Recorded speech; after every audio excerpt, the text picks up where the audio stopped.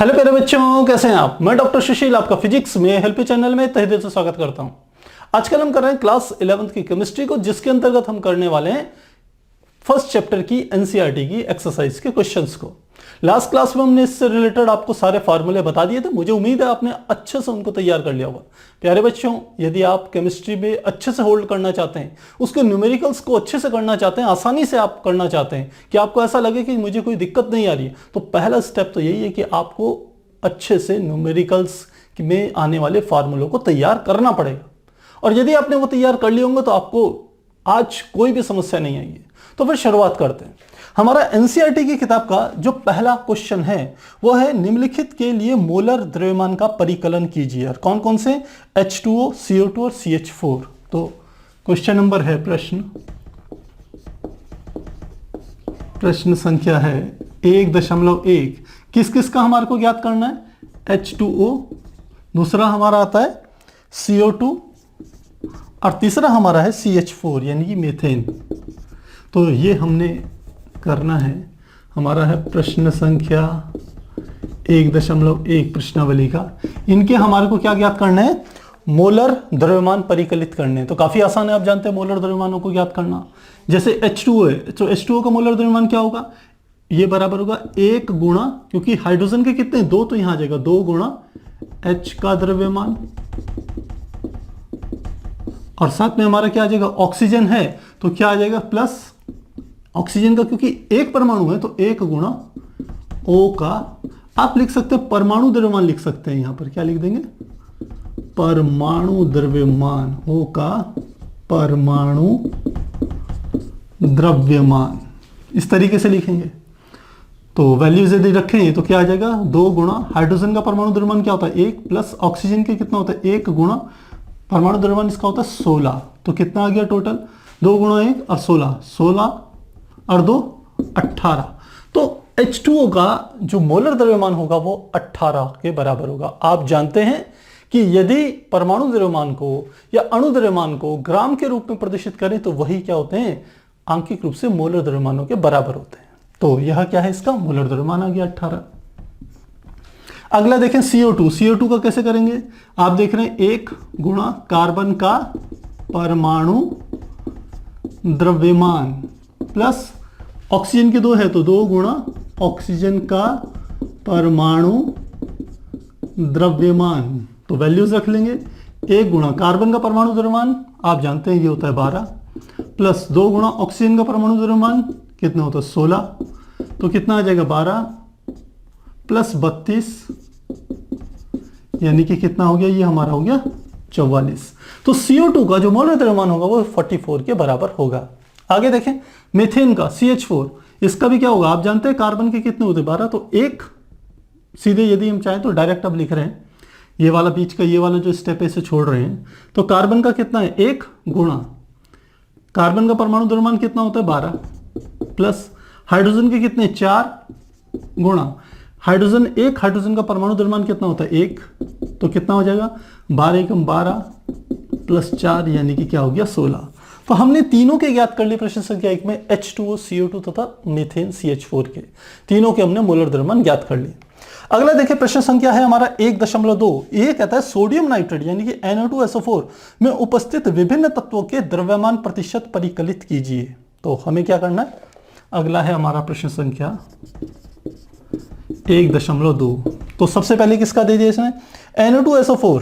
तो हमें दे दिया Na2SO4 में जितने तत्व हैं सोडियम, सल्फर, ऑक्सीजन, इन सबका हमारे को क्या ज्ञात करना है? द्रव्यमान प्रतिशत ज्ञात करना है।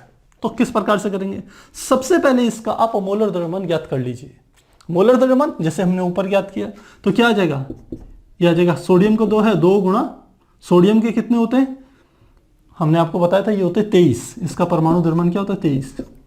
सल्फर, सल्फर के कितने होते हैं? हम जानते हैं 32 होते हैं। सल्फर का 1 है तो 1 गुणा 32, प्लस ऑक्सीजन के कितने? 4, तो 4 गुणा ऑक्सीजन के 16। तो सबको जोड़ देंगे तो कितना आ जाएगा? 23 दूनी 46 प्लस 32 प्लस 16 चौको 64। कितना आ जाएगा? 6 और 4 10 और 2 12, 12 का 2 हासिल 1, 6 और 4 10 और 3 13 और 1 14, यानी कि कितना आ गया 142 के बराबर ये आ गया। अब हमें क्या ज्ञात करना है, सोडियम का ज्ञात करना है। तो सोडियम का द्रव्यमान प्रतिशत लिखेंगे Na का द्रव्यमान प्रतिशत बराबर, आपको यह बताने कि सोडियम क्या कितनी मात्रा यहां पर उपस्थित है। तो 23 गुणा 2, 23 दूनी 46, तो सीधे क्या लिख लेंगे 46 बटे, और पूरे Na2SO4 का कुल द्रव्यमान कितना 142, लिख लेंगे 142 मल्टीप्लाई क्या आ जाएगा 100, और जो मान निकल के आएगा वही हमारा क्या हो जाएगा प्रतिशत हो जाएगा। तो ठीक इसी प्रकार से हम किसका निकाले, सल्फर का, S का द्रव्यमान प्रतिशत बराबर, सल्फर के कितने हैं केवल एक है, और ये कितने के बराबर है 32, तो 32 बटे 142 मल्टीप्लाई 100, ये प्रतिशत आ जाएगा। तीसरा हमारा क्या है ऑक्सीजन, तो ऑक्सीजन का द्रव्यमान प्रतिशत बराबर, ऑक्सीजन के कितने हैं 4, 16 चको 64, तो क्या आ जाएगा 64 बटे 142 मल्टीप्लाई 100, और यही हमारा क्या हो जाएगा इसका प्रतिशत हो जाएगा। तो मुझे लगता है काफी आसान है, कोई समस्या नहीं हो रही होगी आपको। इन सब की आप वैल्यूज निकाल करके यही हमारे क्या हो जाएगा विभिन्न तत्वों का द्रव्यमान प्रतिशत हो जाएगा। आगे कैलकुलेट करें अगला प्रश्न। क्वेश्चन नंबर 1.3 है, आयरन के उस ऑक्साइड का मूलानुपाती सूत्र ज्ञात कीजिए जिसके द्रव्यमान द्वारा 69.9% आयरन तथा 30.1% ऑक्सीजन है। तो हमें क्या देना है, हमारे को क्या दे दिया, प्रश्न संख्या है 1.3। हमें किस किस की बात ये कर रहा है, आयरन और उसका ऑक्साइड। तो आयरन को हम प्रदर्शित करते हैं Fe से, और ऑक्साइड यानी कि क्या होगा उसके साथ ऑक्सीजन होगा। और कितने कितने प्रतिशत दे दिया, इन्होंने दे दिया आयरन का दे दिया 69% और ऑक्सीजन का दे दिया 30.1। आयरन यानी कि Fe का जो दिया है वो है 69.9% और ऑक्सीजन का जो दे दिया वो है 30.1%। ये दो चीजें हमारे को दे दी।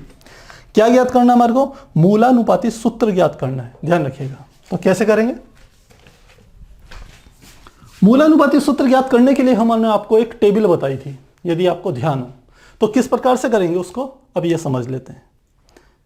सबसे पहले टेबल बना रहे हैं, ध्यान हो, सबसे पहले यहां हम लिखते थे तत्व, फिर उसका लिखते थे प्रतिशत, फिर उसका लिखते थे मोलर द्रव्यमान या परमाणु द्रव्यमान, फिर हम निकालते थे मोलों की संख्या। तो आप जानते हैं मोलों की संख्या क्या होगी, प्रतिशत में परमाणु द्रव्यमान का भाग दे दीजिएगा। फिर इसके बाद निकालते थे हम सरल अनुपात,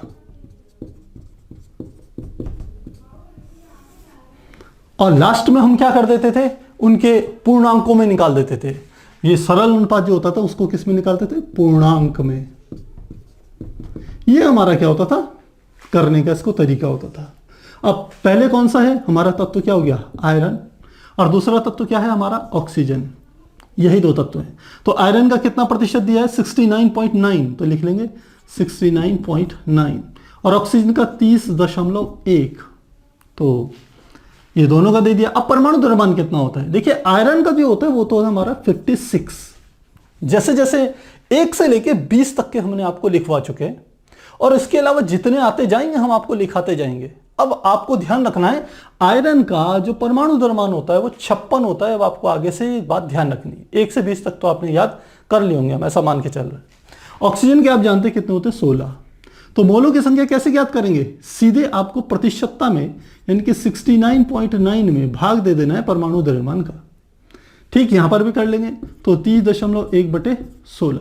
जब आप भाग देते हैं तो कितना मान आपका निकल के आता है, आयरन का जब 56 का भाग देंगे 69.9 में तो ये लगभग आएगा 1.25। और ठीक इसी प्रकार से यदि 30.1 में 16 का भाग देंगे तो ये आएगा 1.88। तो अब निकालना है हमें सरल अनुपात, और आपको बताया था मैंने सरल अनुपात कैसे ज्ञात किया जाता है। इन दोनों में से जो सबसे छोटी संख्या होती है उसका इन दोनों में या 2 से अधिक भी होते तो उन सब में भाग दे देते हैं। तो 1.25 और 1.88 में छोटी संख्या क्या 1.25, तो 1.25 में भाग दे देंगे इसी का 1.25 का, और नीचे है 1.88 तो 1.88 में भी भाग दे देंगे इसी 1.25 का। तो 1.25 में 1.25 का भाग देंगे तो कितना आ जाएगा, ये आ जाएगा 1, और 1.25 में और 1.88 पे 1.25 का भाग देंगे तो यह जो हमारा लगभग आएगा ये आ जाएगा 1.5 के बराबर आ जाएगा। तो मुझे लग रहा है इतनी बात अब आपको समझ में आ गई होगी। अब यहां पर निकालते हैं पूर्णांकों में। पूर्णांकों का निकालने का हमने आपको वहां पर एग्जांपल में पूरा समझाया था कि जैसे यहां पर ये डेसिमल में आ रहा है तो कोशिश करेंगे कि ये पूर्णांक में आ जाए।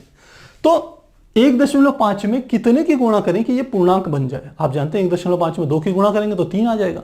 तो 1.5 में हमने 2 की गुणा करी, कितना आ गया? 3। तो यदि इसमें 2 की गुणा करनी है तो इसमें भी 2 की गुणा करनी है, तो कितना आ गया? ये आ गया 2।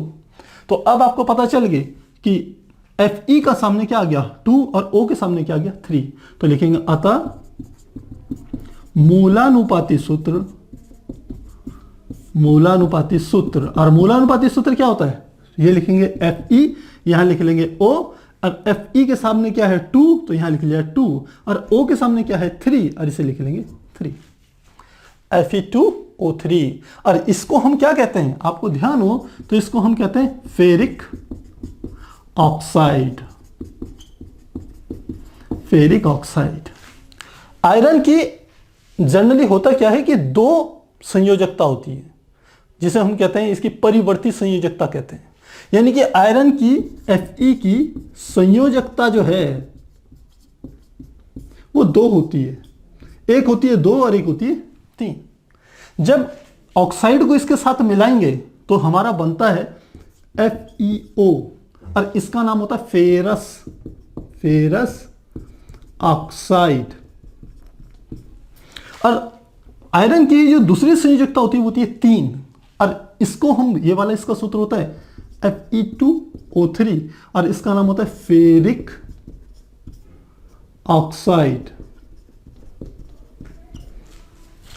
तो बीच बीच में जो भी ऐसी चीजें आती रहेंगी मेरी कोशिश रहेगी आपको बताता रहूं। एक चीज यहां पर आपको और ध्यान देनी है, यदि कोई भी तत्व एक से अधिक संयोजकताएं रखता है, जैसे यहां पर 2 संयोजकताएं आयरन की, तो जिसकी संयोजकता जो कम संयोजकता होती है उससे बनने वाले जो तत्व होते हैं उनके पीछे अस आ जाता है। इंग्लिश में OUS लिखते हैं। जैसे फेरस तो अस आ जाता है। और जो बड़ी वाली संयोजकता होता है उसके साथ में जो आएगा वो आएगा इक।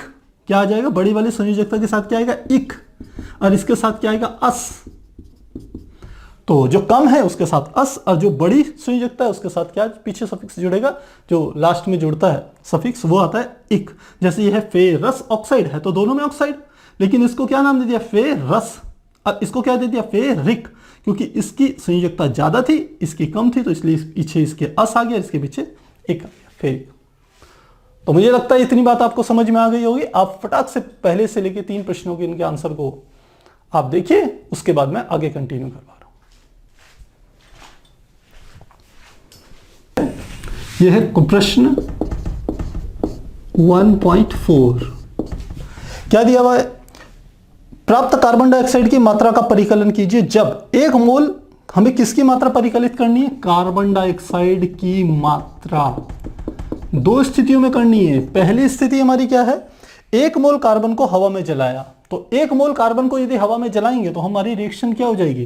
कार्बन प्लस ऑक्सीजन से सीधे बनेगी कार्बन डाइऑक्साइड। ये हमारी बन गई। और सेकंड पे कह रहा है 1 मोल कार्बन को 16 ग्राम ऑक्सीजन से जलाया। तो पहले तो 1 मोल कार्बन को ऑक्सीजन से जलाया, तो हवा में जलाया। अब हवा में तो ऑक्सीजन आप जानते हैं बहुताय मात्रा में उपस्थित होती है, तो कितनी कार्बन डाइऑक्साइड उत्पन्न होगी हमें यह ज्ञात करना है। आपको ध्यान हो, हमने स्टोइकियोमेट्री जब आपको पढ़ाया था तो वहां पर यह बातें समझाई थी कि जब भी आपके पास कोई एक समीकरण दी हुई हो, इस समीकरण को सबसे पहले संतुलित कर लेते हैं। तो ये हमारा क्या है? C, ये ऑक्सीजन, ये CO2। देखें तो ये संतुलित समीकरण है। इसका गुणांक क्या हो गया? जिसे स्टोइकियोमेट्री गुणांक कहते थे, वो हमारा हो जाएगा, ये हो जाएगा 1, ये भी क्या हो जाएगा 1, और ये भी क्या हो जाएगा 1।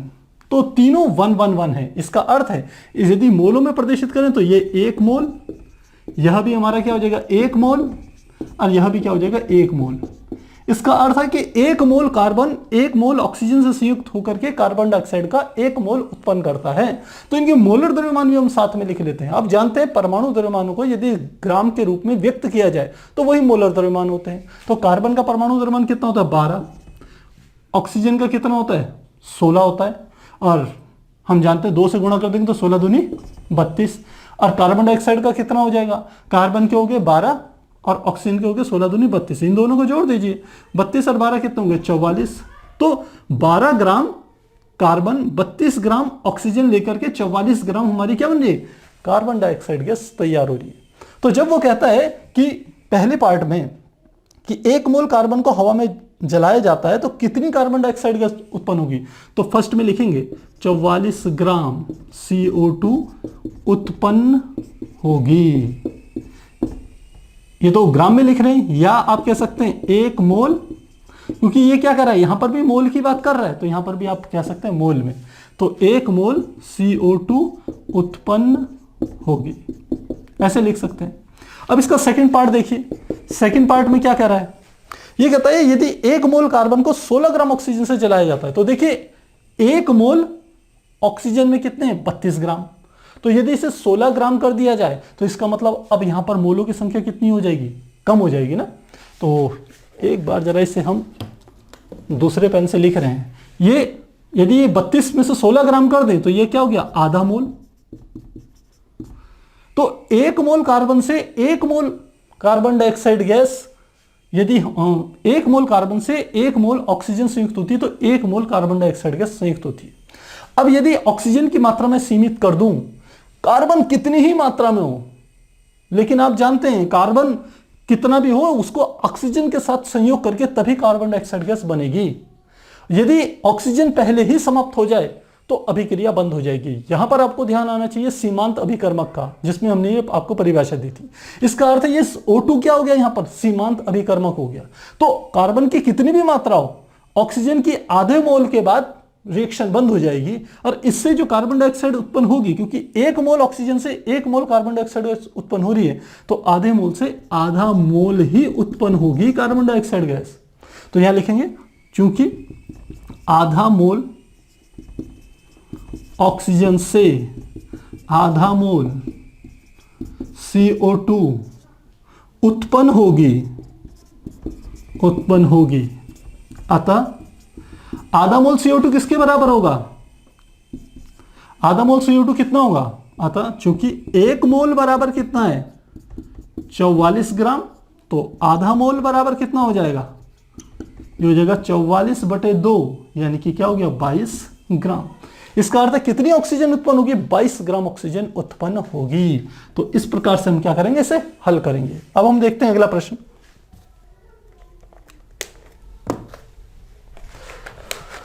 अब अगला प्रश्न देखें, प्रश्न संख्या है हमारा 1.5। इसके अनुसार सोडियम एसीटेट यानी कि CH3COONA का 500 ml 0.375 मोलर जलीय विलयन बनाने के लिए उसके कितने द्रव्यमान की आवश्यकता होगी। सोडियम एसीटेट का मोलर द्रव्यमान हमको दिया हुआ है।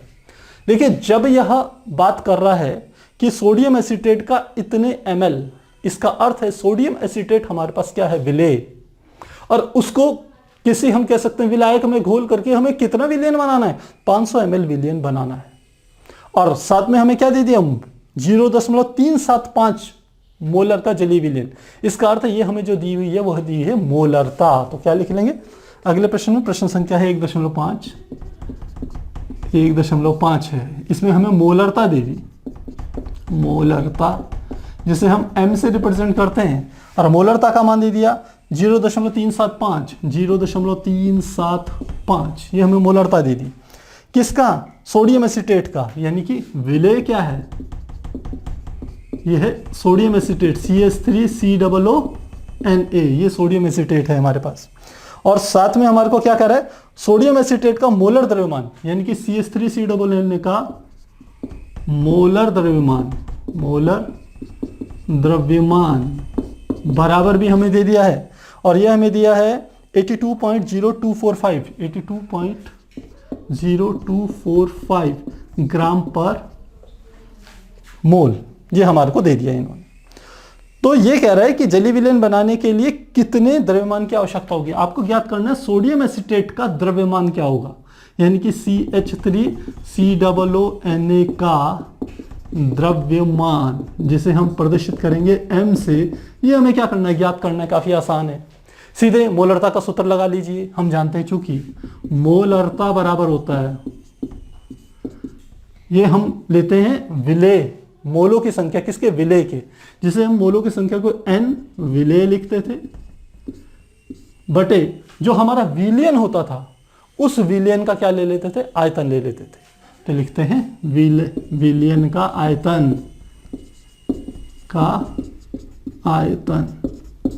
तो हमें विलियन का आयतन हमारे को दे रखा है, ये भी प्रश्न में हमें दिया है इसमें 500 ml, यानी कि विलियन का आयतन, यानी कि V हमें दे दिया, यही लिख लेते हैं, V बराबर दे दिया 500 ml दे दिया। तो देखिए जब मोलर द्रव्यमान हमें ग्राम में दिया हुआ है तो आयतन को हम क्या ले लेते हैं, मिलीलीटर में ही लेते हैं। तो हमारे पास फार्मूला ये है, हमें आयतन दिया हुआ है 500 ml, हमें मोलरता भी दी हुई है, हमें n विलेय, अब n विलेय में हमको तो ज्ञात करना है CH3COO का द्रव्यमान। अब n विलेय क्या होती है, चूंकि मोलों की संख्या का सूत्र होता है n बराबर, ये हमने आपको बताया था m बटे m0 के बराबर बताया था, जहां m क्या होता है, पदार्थ की मात्रा, और m0 क्या होता है, उसका मोलर द्रव्यमान। यहां से हमें क्या मिलते हैं, मोलों की संख्या पता चलती है। तो इस फार्मूले को यहां पर रखना है, तो क्या आ जाएगा, मोलरता को मैं m से रिप्रेजेंट कर रहा हूं, n विलेय क्या हो गया, स्मॉल m बटे m0, विलियन का आयतन क्या हो गया, v, मुझे स्मॉल m ज्ञात करना है, m गुणा v बटे ये क्या आ गया, m0 बराबर किसके हो गया, m के, इसी m को मुझे ज्ञात करना है। तो अब वैल्यूज ही तो रखनी है, क्या आ जाएगा, m is equal to capital M, capital M का मान क्या है, हमने बताया कैपिटल M है मोलरता, और मोलरता कितनी दी है, 0.375 गुणा आयतन कितना दे दिया, आयतन में दे दिया 500 ml, तो ये लिख लिया 500 बटे नीचे क्या आ गया, मोलर द्रव्यमान, मोलर द्रव्यमान हमें प्रश्न में दिया हुआ है, ये है मोलर द्रव्यमान, ये m0 है 82.0245। तो यहां हमारे को दे दिया, क्योंकि ये ग्राम में दिया हुआ है तो इसे कैलकुलेट करेंगे तो जो हमारा आंसर निकल के आएगा, ये हमारा निकल के आएगा 15.38 ग्राम के बराबर आ जाएगा। आप इसे कैलकुलेट जरूर कीजिएगा। तो इसका अर्थ है 15.38 ग्राम जब सोडियम एसीटेट आप लेंगे तो आपको क्या होगा, जो हमारा विलियन बनेगा वो 0.375 मोलरता का मिलेगा, जिसका कि आयतन, विलियन का आयतन 500 ml के बराबर होगा। देखिए यहां पर मुख्य रूप से दो फार्मूले यूज हुए, एक फार्मूला तो ये यूज हुआ है, मोलरता बराबर n विलेय बटे विलेयन का आयतन लीटर में, ये लीटर में होता है।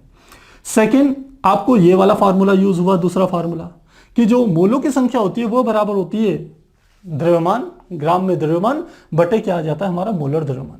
बस यहां से n की यहां से वैल्यू निकाल करके यहां पर रखनी है, बाकी आपका फार्मूला सेम आ गया, आपको n निकाल लेना है। तो मुझे लगता है अब आपको समझ में आ गया होगा। अगला प्रश्न देखें, प्रश्न संख्या हमारा है 1.6। इसके अनुसार सांद्र नाइट्रिक अम्ल के उस प्रतिदर्श का मोल प्रति लीटर में सांद्रता का परिकलन कीजिए जिसमें उसका द्रव्यमान 69% हो तथा उसका घनत्व 1.41 ग्राम पर लीटर हो। तो हमें क्या क्या चीजें दे दी है प्रश्न संख्या 16 में, यहीं पर कर लेते हैं। प्रश्न हमारा हो गया 1.6। क्या क्या दे दिया हमारे को, हमारे को दिया है सांद्र नाइट्रिक अम्ल, सांद्र नाइट्रिक अम्ल का प्रतिदर्श, यानी कि उसका हमने एक सैंपल लिया है। सांद्र नाइट्रिक अम्ल का क्या होता है, HNO3, फार्मूला आप जानते हैं, और उसका हमने ले लिया कंसंट्रेट, और ये क्या कह रहा है, उस प्रतिदर्श का मोल पर लीटर में सांद्रता परिकलन कीजिए। जब मोल पर लीटर आ गया तो इसका अर्थ है हमें इसकी क्या निकालनी है, मोलरता ज्ञात करनी है, जिसका द्रव्यमान प्रतिशत 69% हो, यानी कि हमें प्रतिशत कितना दे दिया 69%, और प्रतिशत को हम x से रिप्रेजेंट करते हैं, 69% है, और जिसका घनत्व 1.41 है, यानी कि हमें d की वैल्यू भी कितनी दे दी 1.41, ये हमें दे दी है। तो अब हमारे को क्या करना है, इसको ज्ञात करना है। तो आपको ध्यान हो, हमने जब फार्मूले लिखाए थे तो आपको एक फार्मूला लिखाया था, डायरेक्ट फार्मूला, वो हमारा होता था मोलरता m बराबर 10x/d/m0। यदि आपको ये फार्मूला याद है तो आप बहुत आसानी से इसे निकाल सकते हैं। अब आपको m0 की वैल्यू निकालनी है, m0 क्या है, मोलर द्रव्यमान, तो आपको इसका मोलर द्रव्यमान ज्ञात करना पड़ेगा HNO3 का। तो HNO3 का मोलर द्रव्यमान कैसे ज्ञात करेंगे, हाइड्रोजन का 1 है तो 1 प्लस, नाइट्रोजन का आप जानते हैं 1 परमाणु है और उसका परमाणु द्रव्यमान या मोलर द्रव्यमान कितना होता है, 14 होता है, 14 लिख लिया। प्लस ऑक्सीजन के कितने, 3, तो 3 गुणा 16 तो कितना हो गया, 14 और 1 15 प्लस 16 3 48 तो कितना आ गया ये टोटल, ये हमारा हो गया 8 और 5 13, 4 1 5 और 1 6 63।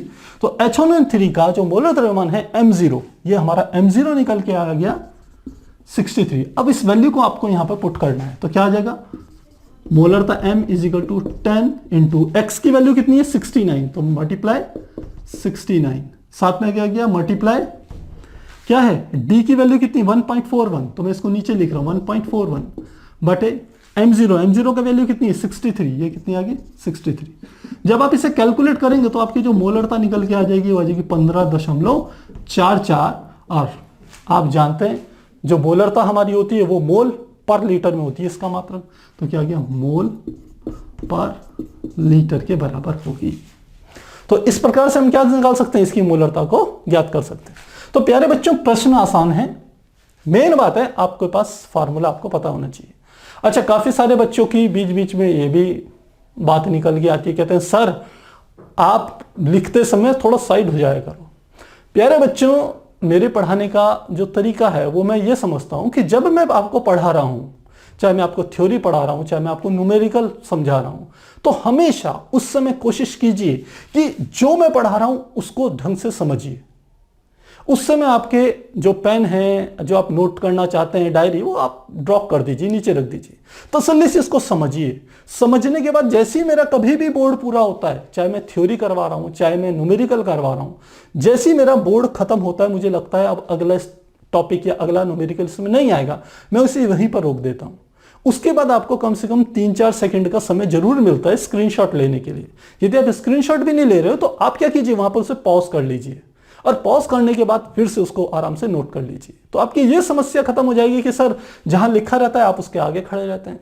अरे भाई, अगर हम आपको यही दिखाते रहेंगे कि इधर की ओर खड़े हो जाएंगे तो फिर क्या होगा, आप इसी में ध्यान देते रहेंगे, आपको समझ में भी कहां आएगा। तो लगता है मेरी बात आपको समझ में अच्छे से आ गई होगी। तो आप इसे नोट कीजिए या आप इसे स्क्रीनशॉट लीजिए, फिर हम आगे से कंटिन्यू करेंगे।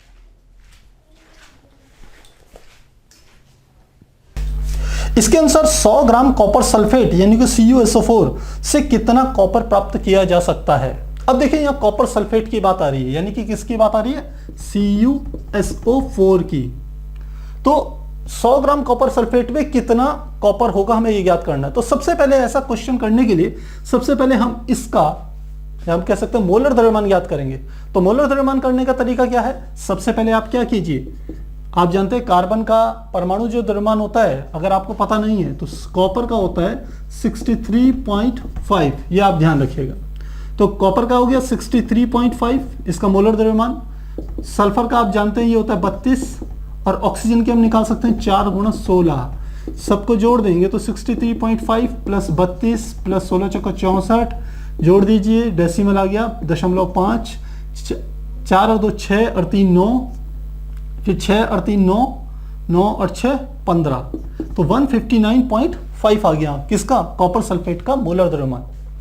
अब हम लिख सकते हैं, चूंकि कॉपर सल्फेट का जो मोलर द्रव्यमान है इसको यदि हम ग्राम में रिप्रेजेंट करें तो हम कह सकते हैं 159.5 ग्राम CuSO4 में कॉपर की मात्रा, तो कॉपर की मात्रा कितनी हो जाएगी, क्योंकि एक कॉपर का परमाणु है तो ये कितना है 63.5। तो इतने ग्राम कॉपर सल्फेट में कॉपर की मात्रा है इतनी। तो अब एक एक नियम, तो एक एक नियम क्या आ जाएगा, तो 1 ग्राम कॉपर सल्फेट में कॉपर की मात्रा बराबर 63.5 बटे यही आ जाएगा 159.5, ये आ गया। तो हमें प्रश्न पूछा है 100 ग्राम में, तो 100 ग्राम में कैसे लिखेंगे, लिखेंगे 100 ग्राम कॉपर सल्फेट में कॉपर की मात्रा 63.5 बटे 159.5 मल्टीप्लाई 100, और आप इसे कैलकुलेट कर लेना, आप देखेंगे जो आंसर आएगा वही आपका आंसर मेन होगा। अगला देखें प्रश्न संख्या 8 1.8, आयरन के ऑक्साइड का आणविक सूत्र ज्ञात कीजिए जिसमें आयरन तथा ऑक्सीजन का द्रव्यमान क्रमशः 69.9 तथा 30.1 है। तो देखिए इस वाले प्रश्न को ठीक ऐसा ही प्रश्न हमने करा था, यह हमारा प्रश्न संख्या 1.8, ऐसा ही प्रश्न हमने प्रश्न संख्या करा था, प्रश्न संख्या 3, सेम तीसरा क्वेश्चन जो है वो सेम ऐसा ही दिया हुआ है।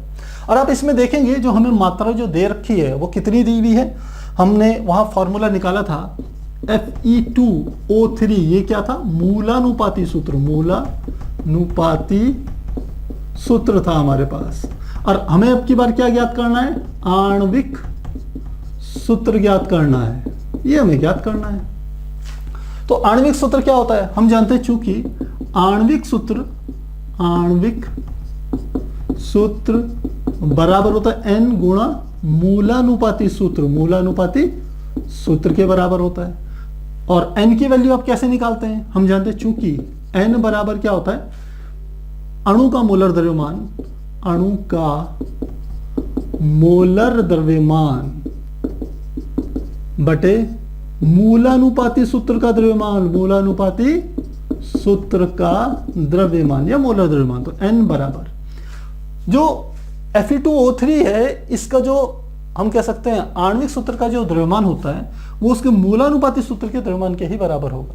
कैसे, Fe2O3 का पहले हम यदि इसका मोलर द्रव्यमान यदि ज्ञात करें Fe2O3 का, तो आयरन के आप जानते हैं 56 है, तो क्या होता है 2 गुणा 56 प्लस 3 गुणा ऑक्सीजन के होते हैं 16, तो कितने आ गए 2 गुणा 56 यानी कि आ गया 112 प्लस 16 32 16 48, तो टोटल कितना आ गया, ये आ गया 0, ये आ गया 4 रिक 5 रिक 6, ये आ गया 160।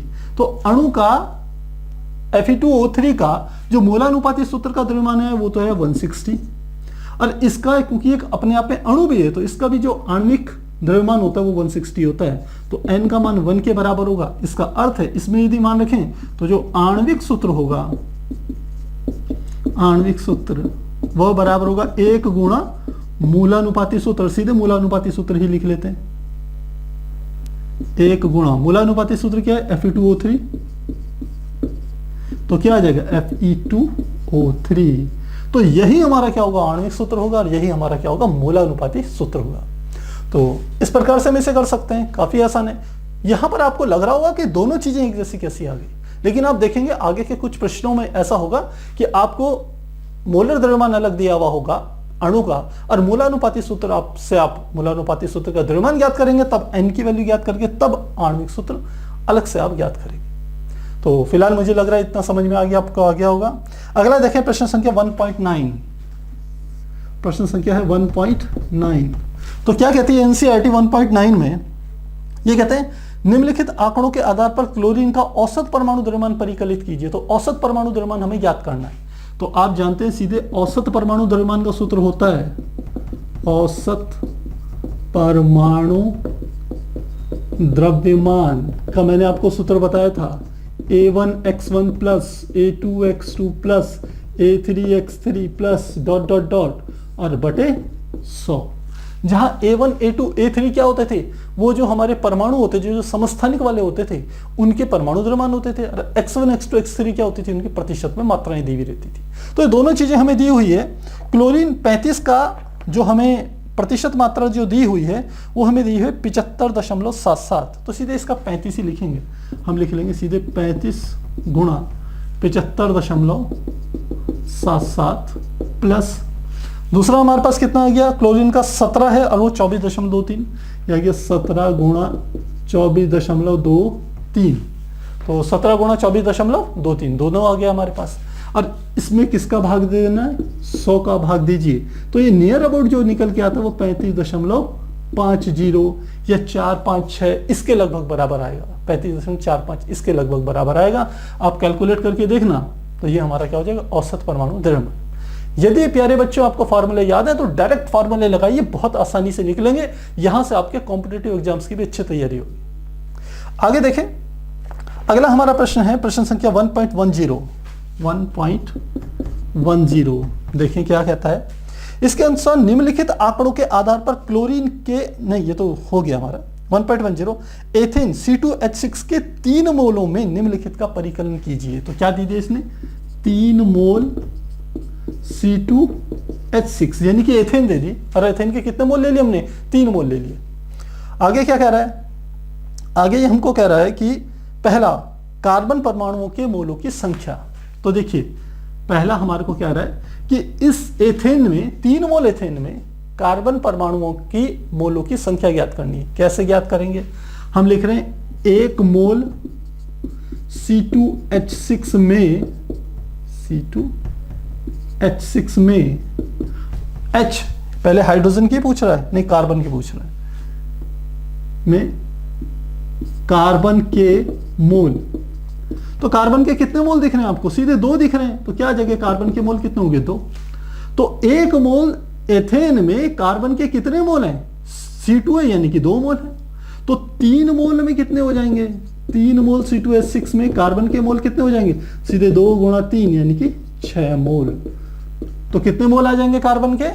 6 मोल हो जाएंगे यदि C2H6 के 3 मोल लेंगे।